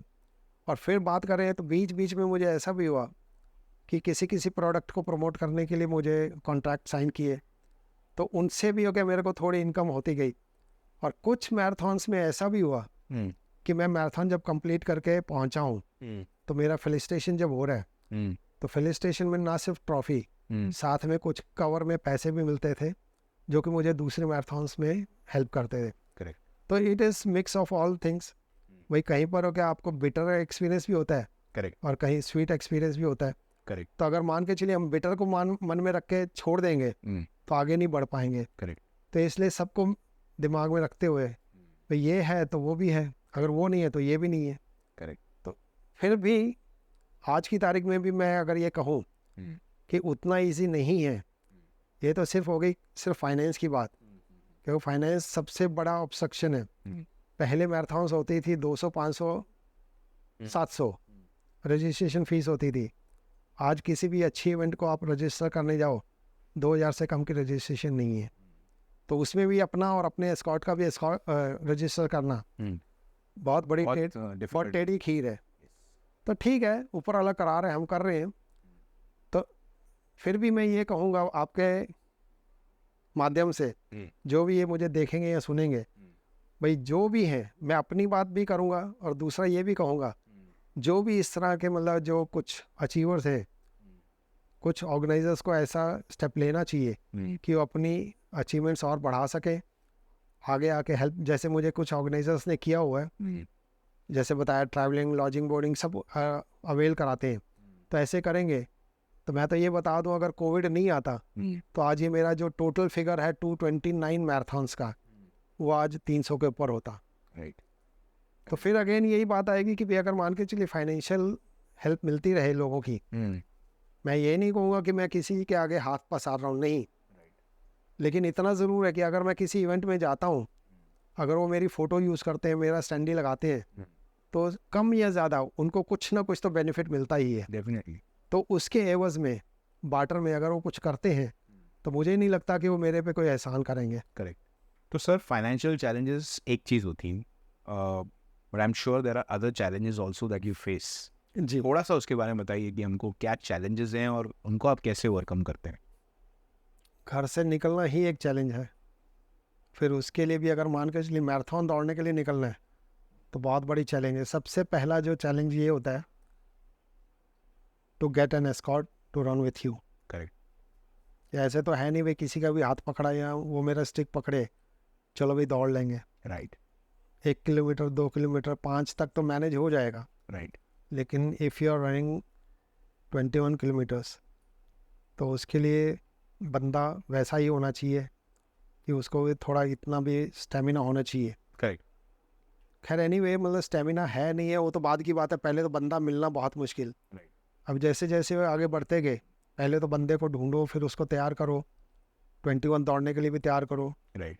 उस पर भी खर्चा करो, फिर बाद में फिर वो बैकआउट कर जाए। क्योंकि ऐसा भी इंस्टेंस बहुत हुए हैं कि भाई अच्छे से मेरे साथ चलते हुए लोग, मैराथन रजिस्टर होती है, रात को बात होती है, सुबह इतने बजे मिलेंगे, लेकिन सवेरे वो फ़ोन करो, फ़ोन ही उसका स्विच ऑफ आ रहा है, वो बैकआउट कर जाते हैं। उसकी वजह से मेरे कितने इवेंट भी ऐसे मिस होते चले गए। तो इसी तरह भाई एक एस्कॉर्ट मिलना, फिर प्रॉपर एस्कॉर्ट मिलना, और फिर एस्कॉर्ट मिलने के बाद उसके साथ मेरी ट्यूनिंग होनी। तो ये तो है नहीं कि भाई हर बार क्या एकदम फ्लैट रूट मिलेगा, कई बार क्या ऐसे रफ पैचेस भी मिलते हैं जिस पे कि आदमी को चलना मुश्किल होता है, दौड़ने की तो बात ही छोड़ दीजिए। राइट। तो एस्कॉर्ट मिलते हैं, ऐसा नहीं कि नहीं, लेकिन जैसे जैसे वो क्या लोगों में मेरी वो क्या मतलब अप्रोच बढ़ती जा रही है, तो सामने से होके लोग मुझे पूछते हैं, सर मैं आपको कब एस्कॉर्ट करूँगा या करूँगी। तो मुझे बहुत खुशी होती है बताने में, मेरे इस 17 साल के रनिंग कैरियर में 125 लोगों ने मुझे एस्कॉर्ट किया है, वाओ। और उस 125 में 59 are male and 66 are female. Wow. वो मेरे को एस्कॉर्ट करने के लिए आगे आते हैं। लेकिन अगर आप ये सोचेंगे कि भाई हर बार हर एस्कॉर्ट के साथ ट्यूनिंग होगी, कई बार ऐसा होता है कि एस्कॉर्ट पहली बार एस्कॉर्ट कर रहा है तो ट्यूनिंग नहीं है, तो उस बंदे के साथ या बंदी के साथ मैं कोशिश ये करता हूँ कि तेज़ ना दौड़ा जाए, स्लो डाउन। करेक्ट। क्योंकि उसमें होता है अगर ट्यूनिंग नहीं है तो you are bound to face many obstacles. Correct. Potholes भी आते हैं, स्पीड ब्रेकर भी आते हैं, और सबसे बड़ा ऑब्स्टिकल क्या होता है, लोग जो साथ में दौड़ रहे हैं, फेलो रनर्स, उनको जरा भी मुरव्वत नहीं होती। करेक्ट। भाई एक विजुअली इम्पेयर्ड बंदा दौड़ रहा है। मैं आपको ये भी एक इंस्टेंस भी बता दूं, भाई जैसे कि मैं मुंबई मैराथन दौड़ रहा था, सी लिंक पे हम जा रहे थे, मैंने सुना मराठी में बोल रहा था, हा आंधळा माणूस आणि या वयामध्ये, यानी इतनी उम्र में ये अंधा आदमी हमसे आगे कैसे दौड़ रहा है। करेक्ट। दे गियर्ड अप, उन्होंने गियर अप किया, स्पीड किया, ओवरटेक करके मेरे सामने आए। लेकिन इतना तो करो भाई मेरे, तुम अगर ओवरटेक करके आ गए हो तो आगे मूव ऑन कर जाओ ना। यस। उनके दिमाग में एक ही था कि इस बंदे को मैंने पीछे छोड़ना है। जैसे ही उन्होंने मुझे ओवरटेक किया, दे स्लो डाउन, और जैसे उन्होंने स्लो डाउन किया तो मैं तो अपनी पेस जो मेरी है, मैं ये नहीं कहूँगा बहुत तेज़ है, लेकिन जो मेरी पेस थी मैं उस पेस से चल रहा हूँ, लेकिन वो स्लो डाउन हो गए। I went and banged into them, गिरे वो भी, गिरा मैं भी। लेकिन सबसे बड़े, जैसे मैंने बताया, ऑब्स्टिकल्स ये फेलो रनर्स होते हैं। और ऐसा नहीं कि हर बंदा, कई फेलो रनर्स होते हैं कि भाई वो बोलते हैं इनको जगह दो। राइट। अगर वो स्लो रनर्स है तो मुझे आगे जाने देते हैं, अगर फास्ट रनर है तो एक्सक्यूज़ भी बोल के जगह मांगते हैं आगे जाने के लिए। कई बार गिरा भी हूँ, आई हैव ब्रूज्ड माई नीज, कई बार एंकल भी स्प्रेन हुए हैं। तो अगर आपको ये मैं एक दो इंस्टेंस बता दूँ कि जो होने के बाद घर वाले तो नेचुरली बोलेंगे कि आज के बाद निकलना नहीं है। I was in Mangaluru, Kumara Swami temple से मैराथन शुरू हुई और it was on the running highway. 18 kilometre के लगभग कंप्लीट हुआ। सामने से कोई बस आ रही थी तो थोड़ा मेरे एस्कॉर्ट ने मुझे साइड में किया और वो रोड के किनारे पे पैर पड़ा, लेवल ऊपर नीचे होने की वजह से गिरा। दोनों घुटने मेरे, मैं ये नहीं बोलूँगा छिले, यू कैन से फट गए थे, लिटरली ब्लीडिंग। तो साथ में जो क्या मतलब मुझे एस्कॉर्ट के साथ अलावा जो बंदे थे मैराथन की तरफ से कुछ मुझे फॉलो कर रहे थे बाइक पे, उन्होंने मेरे को रुकाया, वॉश आउट किए मेरे क्या जख्म। उस वक्त जो उनको मिला उन्होंने बोरिक पाउडर लेके दोनों वुंड्स पे लगा दिया। फ़ोन पहुंच गया, ऑर्गेनाइजर्स में से गाड़ी आ गई, सर अब आप आगे नहीं जाओगे। मैं लगा क्यों भाई? बोलते आपको इतनी इंजरी हुई है, आपको हम अलाउ नहीं करेंगे। मैं लगा देखो कंप्लीट किए बिना तो मैं हिलूँगा नहीं, आप जो करना चाहो कर लो। तो उन्होंने देखा भाई ये तो पागलपन पे है इसकी जिद, तो ठीक है उन्होंने कंटिन्यू करने की परमिशन दी। तो 4 किलोमीटर रह गए थे, लेकिन आपको ये बताऊं जो 4 किलोमीटर धीरे धीरे कंप्लीट किया और जिस स्टेडियम में वो मैराथन फिनिश होनी थी उस स्टेडियम में पहुंचने के बाद एक राउंड यानी 400 मीटर का राउंड मारना था। राइट। और जैसे ही स्टेडियम में एंटर किया है, आप मानेंगे नहीं, वहाँ पर जितने स्पेक्टेटर थे मुझे नहीं पता कितने, लेकिन इतना ज़रूर है कि हज़ारों में थे। एक एक बंदा खड़े होके तालियां बजा रहा था। वाओ। और कम से कम नहीं करके 20 बंदे बाइक पे जो मेरे साथ आगे पीछे हो गए उसके बाद, गिरने के बाद, उन सब ने अपनी बाइक छोड़ दी, मेरे साथ दौड़ रहे हैं। भारत माता की जय, अमरजीत सिंह की जय। वाओ। आप सोचो कितना मेरे को प्राउड फील रहा होगा। और जैसे फिनिशिंग लाइन क्रॉस की तो मैं अभी अपने मोशन में हूँ, मेरा स्क्वाड बोलता है आप रुक जाओ, अभी कोई बंदा आपके पाँव पड़ रहा है। मैंने उस बंदे को उठाया, उसको बोला पाँव मत पड़ो, गले लगो, कॉन्ग्रेचुलेशंस करनी है तो गले लग के करो ना। करेक्ट। लेकिन मुझे बता के करो। आप नीचे झुक गए और मैं मोशन में हूँ, मैं ऊपर से क्या टॉपल डाउन हो जाऊँगा, आपको भी लगेगा मुझे भी लगेगा। And I was told he was the MP of that area. फिर उसी के हाथों से मुझे फेलिसिटेट कराया गया। तो इससे ज़्यादा प्राउड मोमेंट और क्या होगा? Incredible, incredible. तो ये चीज़ है। अगला स्टेडियम में वो नहीं पांजा। अच्छा। पांजा जो कि मतलब कुमारा स्वामी से शुरू करके हाइट पे जाके पांजा में ऊपर के नवे स्टेडियम के इनॉग्रेशन हुआ था। ओके। तो इट वाज इन 2009। वाओ। तो तभी उसका इनॉग्रेशन भी हुआ था। एनीवे तो मतलब ये चीज़ें जो है ना, जो डिफ़िकल्टीज आती हैं, चैलेंजेस आते हैं, ये तो गिरना पड़ना चलता ही रहता है। राइट। और इसी का एक नतीजा ये भी है कि जब लोग देखते हैं कि भाई इसकी तो भाई क्या नीज ब्लीड कर रही हैं, फिर भी ये कंटिन्यू कर रहा है और इसको दिख तो रहा ही नहीं है। करेक्ट। तो ये चीज़ देख के लोग ज़्यादा इंस्पायर हुए थे। मैं इसलिए बोल रहा हूँ कि जो मुझे बेंगलुरु में मिले थे, कभी दौड़ते नहीं थे, उनको मैंने दौड़ते हुए देखा। कहाँ? जो इंडिया की टफेस्ट मैराथन्स में मानी जाती है, सातारा हिल मैराथन, वाओ, उसमें वो बंदे पार्टिसिपेट करते हुए दिखे। वाओ। तो मेरे को मन में बहुत संतुष्टि हुई कि अगर मुझे देखने के बाद ये बंदा शुरू हो गया तो ऐसे और भी हर मैराथन में 2 बंदों को इंस्पायर कर पाऊँ। करेक्ट। तो मेरी तो ये, आई एम श्योर 2 बंदे नहीं, आप कई ज़्यादा बंदों को इंस्पायर करते हैं। अब मैं कह रहा हूँ अगर मान के 2 बंदे भी इंस्पायर होते जाएं, करेक्ट, तो आप देख लीजिए कितना मल्टीप्लाई हो जाएगा, कोर्स फिटनेस कितनी आ जाएगी। यस। अब थोड़ा सा मुझे सर इस बारे में बताइए कि रनिंग तो एक सॉर्ट ऑफ पैशन है आपका जी, बट आई बिलीव आप और भी बहुत सी चीज़ें करते हैं, जैसे माउंटेनियरिंग, इवन आपने मुझे एक बंजी जंपिंग का के बारे में बताया था। जी, तो थोड़ा सा उन एक्टिविटीज़ के बारे में बताइए जी। कि how are you pursuing them and how do you enjoy them. अब जैसे मैंने बताया 2004 at the age of 48, that was the starting point. और मैं ये बोलूँगा that was the turning point of my life. Right. कि 2004 फरवरी महीने में मैंने रनिंग स्टार्ट की 7 किलोमीटर। राइट। और मई के महीने में मुझे पता चला कि भाई लोग पहाड़ों पे चढ़ने जाते हैं, जिसको ट्रैकिंग कहते हैं।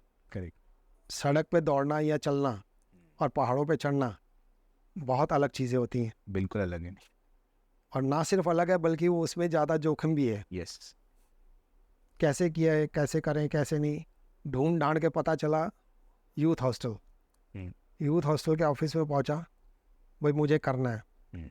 बोलता है करिए ना, कौन मना कर रहा है, लेकिन आप अपने साथ ऐसा एस्कॉर्ट लेके आइए जो कि 12-13 हज़ार फुट की हाइट तक आपको संभाल सके। करेक्ट, अभी कहाँ मिले, रनिंग के लिए मुश्किल से मिल रहे हैं।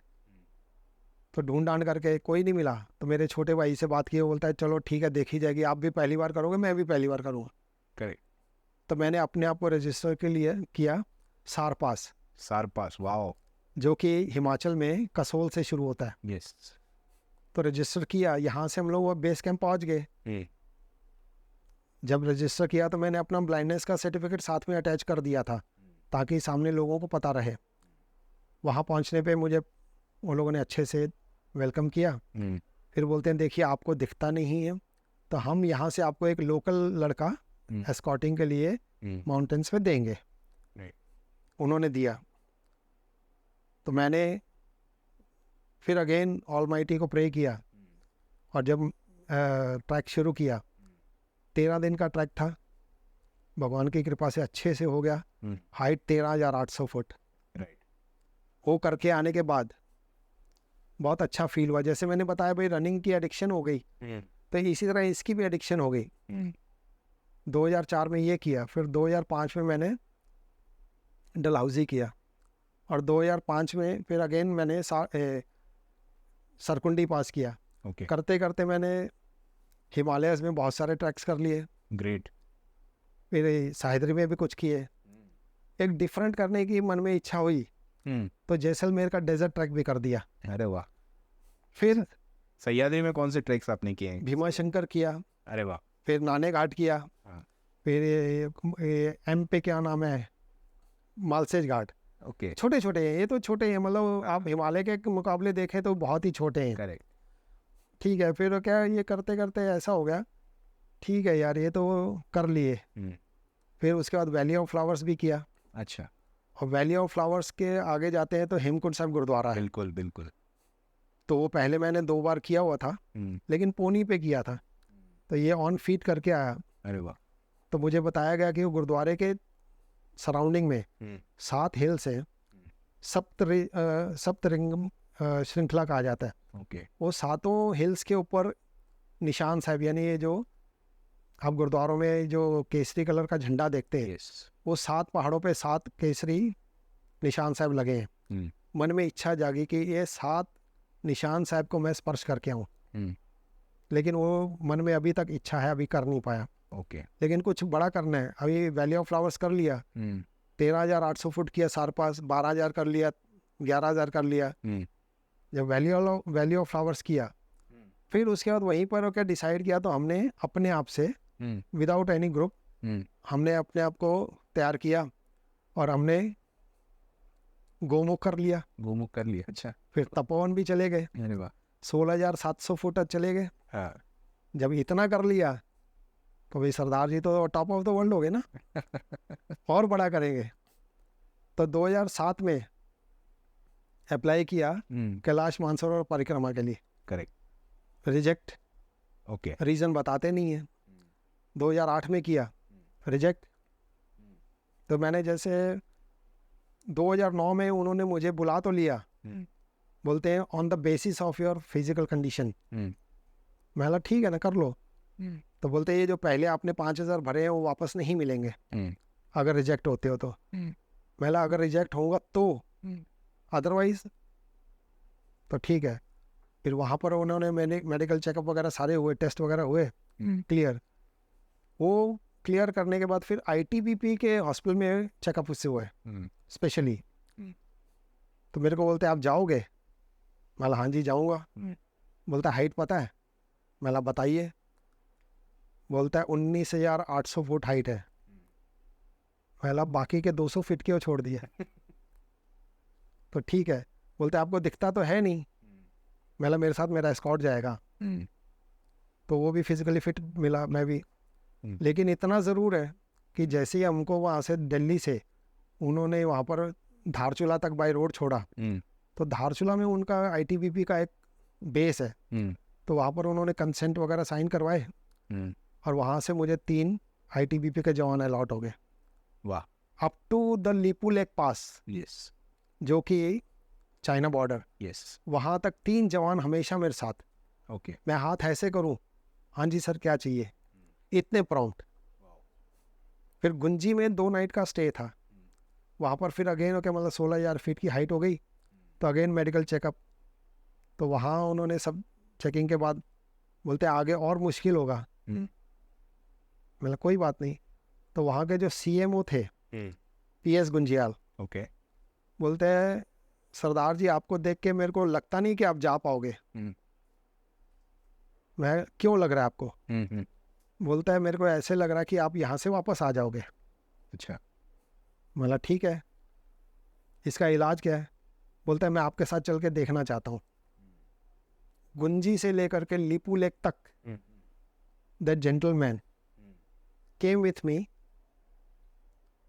फिर वहाँ क्या बोलते हैं, मुझे पता था कि आप कर पाओगे, लेकिन मेरे को आपके साथ आने का जैसे भी बहाना ढूंढना था, इसलिए मैं आया हूँ।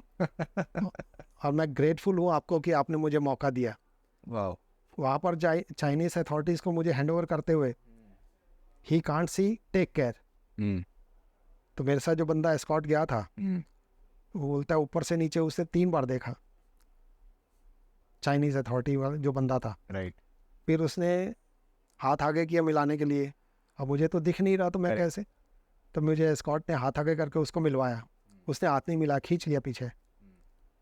मुंबई भाषा में बोलते हैं पोपट बन गया। तो लेकिन मेरे एस्कॉर्ट ने बताया वो आपके पाँव छू रहा है। ओह वाह।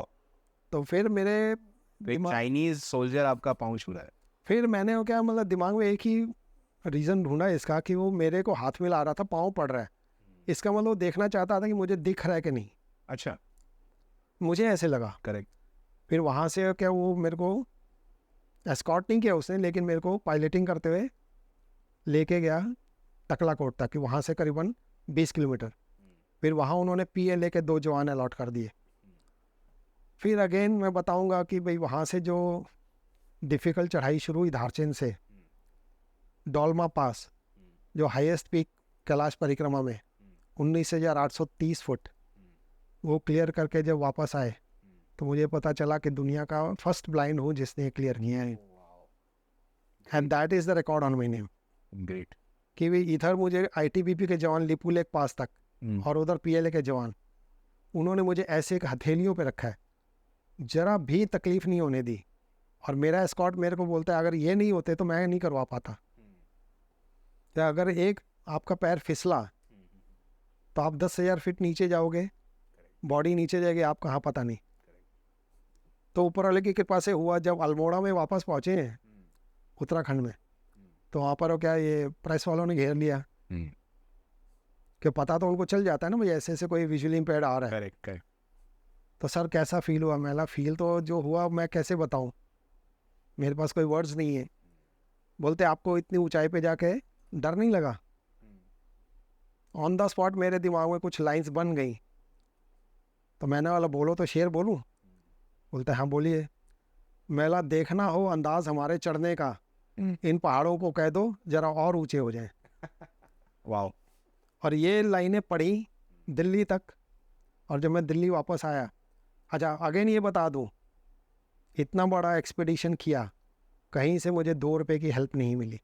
कई जगह अप्रोच किया था स्पॉन्सरशिप के लिए, नहीं मिली तो नहीं मिली। मैं किसी का नाम नहीं लूँगा क्योंकि अच्छी बात नहीं है। लेकिन हाँ इतना ज़रूर कहूँगा, जब मैं दिल्ली वापस आया कंप्लीट करके, तो मुझे वहाँ रुका लिया गया, आपको यहाँ रुकना है। मतलब ठीक है रुक जाते हैं, लेकिन कारण तो बता दो। कोई कारण नहीं, कोई कुछ नहीं। 1.25 घंटा हो गया। मैला भाई मेरे क्या हुआ वो तो बता दो। बोलते हैं रुको। मैला ऐसे नहीं रुकूंगा, चाय पिलाओ। फिर करीबन 1 घंटे के बाद बोलते आइए। दूसरे रूम में लेके गए। एक फीमेल वॉइस आई, अमरजीत जी पेपर में आपके बारे में पढ़ा, बहुत खुशी हुई। तो मेरा जैसे ऐसे क्वेश्चन वाली नज़र से उनकी तरफ मेरा चेहरा हुआ। बोलते सॉरी मैं आपको बता दूं, मैं दिल्ली की सीएम शीला दीक्षित हूँ, ग्रेट। और ये हम आपके लिए ज़्यादा कुछ नहीं कर पाएंगे, लेकिन हमारी तरफ से एक टोकन ऑफ एप्रिसिएशन, उन्होंने एक कवर पकड़ा दिया जो मेरे एस्कॉर्ट ने मुझे वापसी में बताया, उसमें 25,000 थे। ग्रेट। तो जो 98,000 का मेरा खर्चा हुआ था, उसे 25 को तो मेरे फाइनेंशियल हेल्प हो गई। करेक्ट। तो इसी तरह मैं बता रहा हूँ भैया कि मतलब ये कर दिया। अभी आपने ये पूछा कि ये ट्रैकिंग और माउंटेनियरिंग मैंने बहुत कर ली। फिर 2004 में ही मैंने स्विमिंग में भी पार्ट लिया, अपने आप को क्वालिफाई किया और all India swimming competition for disabled उसमें पार्टिसिपेट किया अंधेरी स्पोर्ट्स क्लब में। जब मैंने जंप लगाई पानी में, मतलब ठीक है 50 मीटर्स कंप्लीट तो कर लें, और मेरे साथ जो एस्कॉर्ट मेरे को चिल्ला के बोला थोड़ा और फास्ट। जब मैंने 50 मीटर्स कंप्लीट किए, पता चला I was the gold medal winner. Wow wow. तो फिर मैंने स्विमिंग भी कंटिन्यू रखी थोड़ा टाइम, लेकिन अगेन रोज स्विमिंग तो पूल स्विमिंग आप पहले से जानते थे? जी जी, अच्छा, आप करते थे। पहले जानता था लेकिन कंपटीशन के हिसाब से नहीं। करेक्ट। फिर अब ऐसा हो, घर पे बैठे बैठे मेरी छोटी बेटी जो इस वक्त मेरा सारा क्या बोलते सोशल मीडिया और मेरा सब संभालती है, राइट। बोलती है आपने पहाड़ भी कर लिए, पानी में भी कर लिया, सड़क पे भी मतलब दौड़ लिए, अब हवा में क्या? मतलब हवा में क्या? तो फिर बता क्या करूं?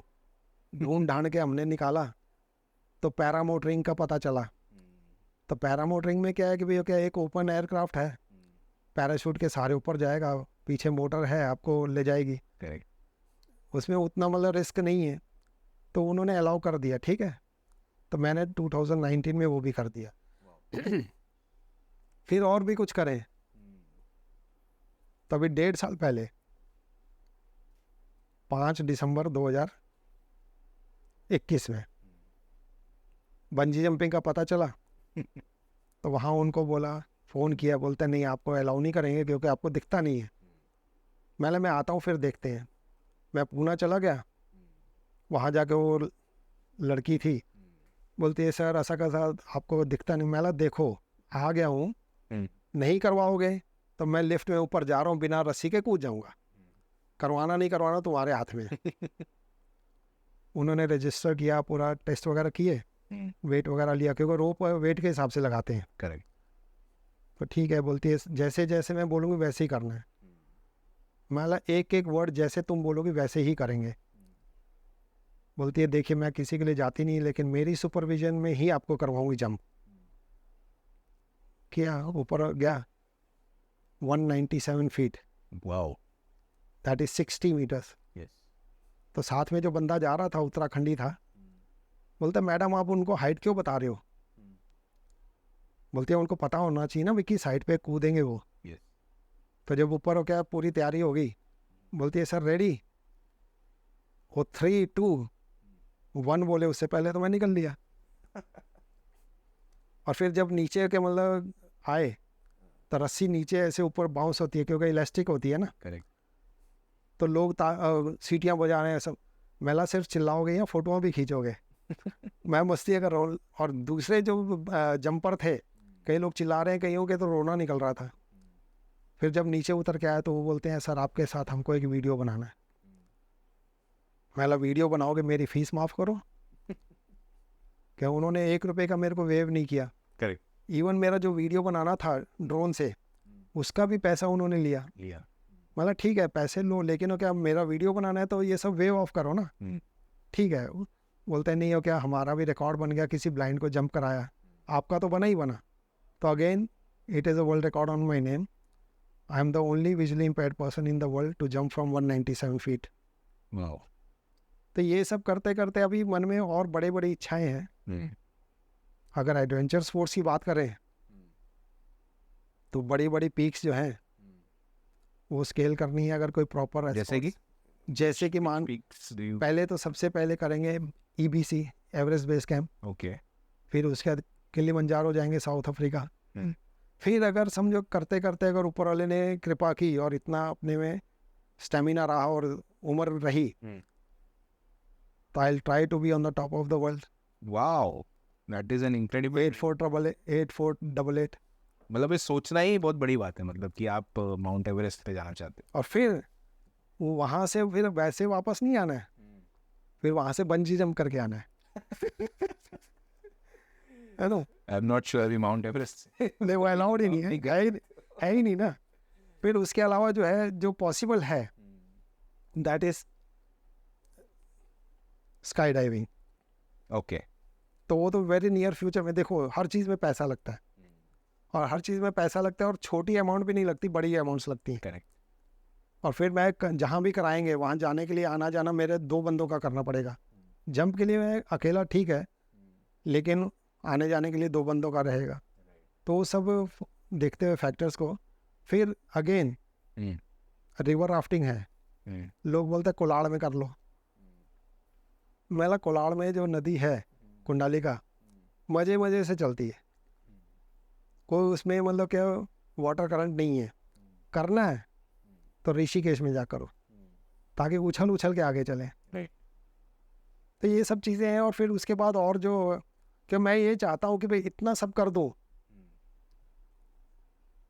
आप ये बोलेंगे थोड़ा सेल्फिश हो रहा हूँ, ठीक है हो रहा हूँ, लेकिन मेरे सेल्फिश होने में लोगों को इंस्पिरेशन मिलता है, तो क्या दिक्कत है। एग्जैक्टली। इतना सब कर दूँ कि कोई विजुअली इम्पेयर्ड ऐसा कर भी नहीं पाए, और ये ऑटोमेटिकली मेरे नाम पे वर्ल्ड रिकॉर्ड होते ही जाएंगे। तो इस उम्र में कोई विजुअली इम्पेयर्ड बाहर निकलता भी नहीं है, एग्जैक्टली। और निकल के फिर ये सब करना कोई सोचता ही नहीं। बहुत बड़ी बात है। तो ये सब अगर मान के चलिए, मेरे को देख के कोई यंग लोग, मैं ये नहीं कहूँगा विजुअली इम्पेयर्ड, एग्जैक्टली। नॉर्मल बंदे भी अगर बाहर आए, यस। कुछ ना कुछ करें, तो क्या दिक्कत है। Of course.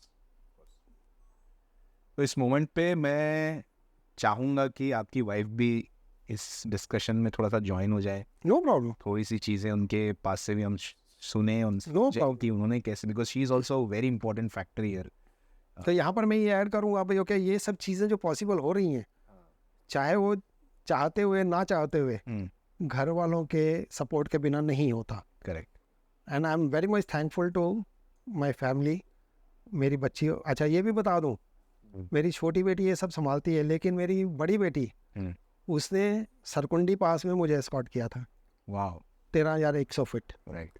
तो उनका, मेरे को अगर हेल्प नहीं होती, उनका सपोर्ट नहीं होता, तो ये सब पॉसिबल नहीं होता। Of course. और फिर again, last but not the least, almighty, प्रभु की कृपा के बिना कुछ नहीं होता। Of course. सो नाउ हमारे साथ गुरप्रीत जी भी जुड़ गई हैं। ये अमरजीत जिनकी वाइफ हैं, एंड इनसे हम जानना चाहेंगे कि आपकी जर्नी कैसी रही इनके साथ। आई एम श्योर आपका एक बहुत बड़ा सपोर्ट रहा है इनको, जो ये बोल भी रहे थे अभी थोड़ी देर पहले। तो थोड़ा सा आपके बारे में और आपके एक्सपीरियंस के बारे में हम जानना चाहेंगे। आई थिंक उनकी कहानी आपके कहानी के बिना नहीं पूरी होती, इस वजह से मैं चाहता था कि आप यहाँ आए। देखिए, ये 40 इयर्स का साथ है हमारा, तो अप एंड डाउन्स तो लाइफ में चलते रहते हैं। कुछ प्रॉब्लम्स होती है, कुछ बहुत हम लोगों ने सफ़र भी किया, लेकिन ना एक दूसरे का सपोर्ट था। लाइफ स्मूथली निकल गई, आगे की भी निकल जाएगी। आप जब बोल रही हैं ना कि स्मूथली निकल गए, मतलब यहाँ बैठे बैठे मैं इतना इंस्पायर हो रहा हूँ आपसे कि डिस्पाइट ऑल दी चैलेंजेस जो भी उन्होंने बताया, आप लोग इतने हैप्पी हैं together, right? 40 years of marriage and whatever you seen, and there are so many achievements जो उनके हैं, राइट? आई एम श्योर आप भी प्राउड हैं उन अचीवमेंट्स पे, बट आप ऑफ कोर्स उसका एक इरिटेशन भी कहीं ना कहीं आपको रहा भी होगा कि he is going out at this age, how will he manage himself, और ये सब का डर भी एक होता है। प्लस उसके आगे पीछे बहुत सी चीज़ों का सपोर्ट आपको करना पड़ता है उनके लिए। तो उसके बिना शायद ये सारे जो अचीवमेंट्स है वो पूरे नहीं हो पाते। बट आप जैसे बोल रहे हैं कि ये बहुत ही स्मूथ रहा है, आई एम श्योर इतना स्मूथ तो नहीं रहा है लेकिन मेरे लिए बहुत ही इंटरेस्टिंग ये है कि are there few things that you want to talk about, are there things that you want to touch upon from your perspective, कि आपके पर्सपेक्टिव से आप कुछ बोलना चाहती हैं कि आप कैसे देखती हैं इनके अचीवमेंट या उनके जर्नी? हाँ, ये स्टार्टिंग जब इन्होंने किया, वेरी फर्स्ट मैराथन, उसके पहले स्विमिंग, चलो स्विमिंग तो सामने हो रही थी, वो भी हमने देखी, ठीक है। अलग अलग इन्होंने जो भी किए, फिर ट्रैकिंग का थोड़ा लगता था डर। ये रनिंग का स्टार्ट हुआ तो ठीक है, लोकल में गए कर लिया, लेकिन ये ज़्यादा ही जब होने लगा और बाहर जा रहे हैं तब थोड़ा फिर होने लगा, क्योंकि ये गिरने का डरने लगने की ये सब होती थी। और बाहर जाना होता था, जैसे इन्होंने बताया कि डोलमा पास के लिए निकले थे बाहर, ट्रैकिंग के लिए बाहर जाते थे इतना टाइम, तो उस समय थोड़ी चिंता भी होती थी, Yes. कभी थोड़ी नाराज़गी भी होती थी, क्योंकि मेरी दोनों लड़कियां छोटी थी। Yes. अब भाई आप तो अपने पैक किया बैग निकल गए और पीछे भी जवाबदारी है या कुछ है, और वहाँ पे उनका भी ध्यान है कि क्या हो रहा होगा क्या है। और जब आते हैं तो इमीडिएटली तो बताते नहीं, कभी इनको लगती है ये आज भी तुरंत नहीं बताएंगे। यानी ये जब आते हैं दौड़ करके तो मैं और लड़कियाँ, हमारी नज़र इनके पैरों पे रहती थी, नी के नीचे या हाथों पे, ऐसे एल्बो के यहाँ पे नज़र रहती थी कि कहीं इनको लगा है कि नहीं, डैडी आज आप ठीक ठाक आए हो या कहीं आपको लगा है, ऐसा होता था। Right.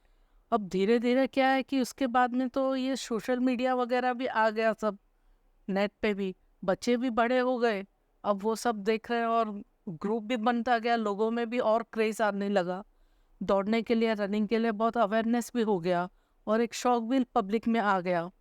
तो इतने ग्रुप बन गए, इतनी मैराथन होने लगी है कि यूज टू हो गए। Yes. ये खुद सेल्फ मोटिवेटेड है, घर में थोड़ा दब जाएंगे हमसे, लेकिन घर के बाहर तो ये शेर है। सो जो ये इनका चाहते हैं ये करते हैं, जिद्दी है ये, विल पावर भी नहीं, बहुत इसके बिना इनका तो ये खुद है। पॉसिबल ही नहीं है। ऑफ कोर्स उसी के ऊपर ये यहाँ तक पहुँचे हैं, Right. I appreciate. लेकिन ठीक है, घर में थोड़ा मैं बोलती हूँ वो सुन लेते हैं, मुझे भी मानने में कुछ असर होला नहीं, वो एक बार भड़ास निकल जाती है, ऐसा नहीं डांट वांट रही हूँ, ऐसा नहीं है। मतलब जो मुझे एक दो डायलॉग बोलने होते हैं बोल दिए, ठीक है, वो बोलते हैं ठीक है आगे से नहीं होगा, ध्यान रखेंगे, अभी नहीं जाऊंगा, लेकिन वो जो इनको करना होता है वो करते हैं। But you believe in him. You believe in Yes. what he's doing. Believe in, and you take pride in his achievements. हाँ of course of course, That is ये very हमारे important. पूरी फैमिली के लिए एक प्राउड का है ये। Of course. Yes. इसलिए So कहीं ना कहीं आपको चिढ़ भी होती है, लेकिन चूंकि वो क्या अचीव करके आते हैं उससे आपको खुशी भी होती है। ये दोनों नहीं, चिढ़ goes तो, hand in hand. चिढ़ तो कभी नहीं रही, अच्छा. लेकिन सबसे ज्यादा ये है कि जब इनको कहीं लगता करता है ना, तब बुरा बहुत लगता है Yes. उस समय, वो बाकी और कोई ऐसा कुछ नहीं है। और अब तो वो है कि हाँ भाई कितने मेडल आ रहे हैं, क्या ट्रॉफी मिल रही है, वो सब है अभी तो। तो अभी आप भी वो काउंट में है कि हमने हाँ, क्योंकि अभी क्या, अभी अपने आप को सेफ रखना भी समझ गए हैं ना, इसलिए तो अब चिंता भी कम हो गई। करेक्ट। तो अमरजीत जी, आप जैसे आप बता रहे थे कि आप ब्रांड से भी कई सारे जुड़ना चाहेंगे या ऑर्गेनाइजेशन से भी जुड़ना चाहेंगे, ताकि अभी अभी जो आपने बताया कि आपके जो भी आगे आने वाले ड्रीम्स हैं या इच्छाएं हैं, गोल्स हैं, इनको अचीव करने के लिए obviously there is a lot of money probably needed. तो anything that you want to touch upon on that? Mainly तो एक ही बात बताऊंगा कि मान के चलिए अगर मैं कुछ करना चाहूँ तो सबसे पहला ऑब्स्टिकल होता है फाइनेंस। तो उस ऑब्स्टिकल को अगर मैं पार करता हूँ तो मेरे मन में फिर एक और पॉजिटिविटी आती है, भाई ये अगर मैंने किला फतेह कर लिया तो जहाँ मैं जाऊँ वो तो करना ही करना है। अभी जैसे मैं आपको बताऊँ कि आने वाले दिनों में अभी मेरी 146 हाफ मैराथन हुई है, तो आने वाले दिनों में मेरा फर्स्ट टारगेट जो है that is very close 151 half marathons. फिर उसके बाद जब मैं 70 इयर्स का हो जाऊंगा उसके पहले मैंने 201 का टारगेट हिट करना है, वो मेरा एक दृढ़ निश्चय है। पर वो Great. किए बिना मैं रुकूंगा नहीं जैसे भी हो। लेकिन ये सब करने के लिए मुझे फाइनेंस की ज़रूरत पड़ेगी। अब जैसे पहले भी कुछ ब्रांड्स को मैं प्रमोट करने के लिए उनके ब्रांड एम्बेसडर बन चुका हूँ करेक्ट। या कुछ ऐसे, तो वो भी अगर मेरे को कोई बंदे अप्रोच करते हैं तो मैं उनके ब्रांड्स को प्रमोट करने के लिए उनके ब्रांड एम्बेसडरशिप के लिए भी रेडी हूँ। और अगर कोई ये चाहते हैं कि हम अलग से हेल्प करें तो 1 2 3 नंबर ऑफ मैराथन्स को स्पॉन्सर कर सकते हैं। करेक्ट। अगर ऐसा कुछ होगा तो नॉट ओनली इन रनिंग, जैसे मैं आपको बताऊं मेरे एडवेंचर स्पोर्ट्स में भी काफ़ी ड्रीम्स हैं। करेक्ट। जैसे स्काई डाइविंग भी करनी है, करेक्ट। तो उसमें भी बहुत पैसा लगता है, और पैसा लगता है तो पैसा कहीं आएगा तो ही खर्च कर पाएंगे, करेक्ट। और कुछ खर्च करेंगे तो अचीवमेंट्स होंगी। और मैं इतना ज़रूर बताऊंगा कि आने वाले दिनों में मैं सिर्फ और सिर्फ इतना ही कहूँगा लोगों को कि अगर जितना ज़्यादा मैं अचीव करूँगा, लोग मुझे देख के, मुझे सुन के ज़्यादा मोटिवेट होंगे, इंस्पायर होंगे। राइट। और उसमें सबसे आखिर में मैं यही कहूँगा कि मैंने दिमाग में एक ही बात सोच रखी। जैसे लोग मुझे पूछते हैं, आप मैराथन दौड़ते हो, आपको कोई तकलीफ़ें? तो उसके लिए मन में एक ही मैं क्या बात दृढ़ करता हूँ और लोगों को बोलता हूँ कि मैं ये बोल देता हूँ, मंजिलों को ये मत बताना, मंजिलों को ये मत बताना कि राह में मुश्किलें क्या थी, लेकिन मुश्किलों को ये ज़रूर बताना कि तुम्हारी मंजिल क्या है। वाह। अपनी मंजिल की तरफ आगे बढ़ने के लिए जो होगा, जैसे होगा, मैं करने की कोशिश कर रहा हूँ। और फिर आखिर में मैं यही कहूँगा कि लोग ये समझते हैं कि यही कांट सी, अरे बाबा नहीं देख सकते, ठीक है। चांद सितारों के जो खुद हो मोहताज, चांद सितारों के जो खुद हो मोहताज, भीख न मांगो उन उजालों की, बंद आँखों से करो ऐसे काम, आँख खुल जाए आँख वालों की। तो I am here to open the eyes of the people all around the globe. अगर लोगों की आंखें खुल जाएं, वो थोड़ा एक्टिव हो जाएं, अपने आप को फिट रखना सीख जाएं, तो मेरी ये जर्नी सक्सेसफुल है। That is such a beautiful point, and that is such a beautiful thing to say, sir. And इसी point पे I think it's a good note that we can end this conversation. Thank you very much for being here. Thank you very much for your time, and all the best for all your goals and dreams for many years from here on. Thank you, Thank you so much, sir. Thank you.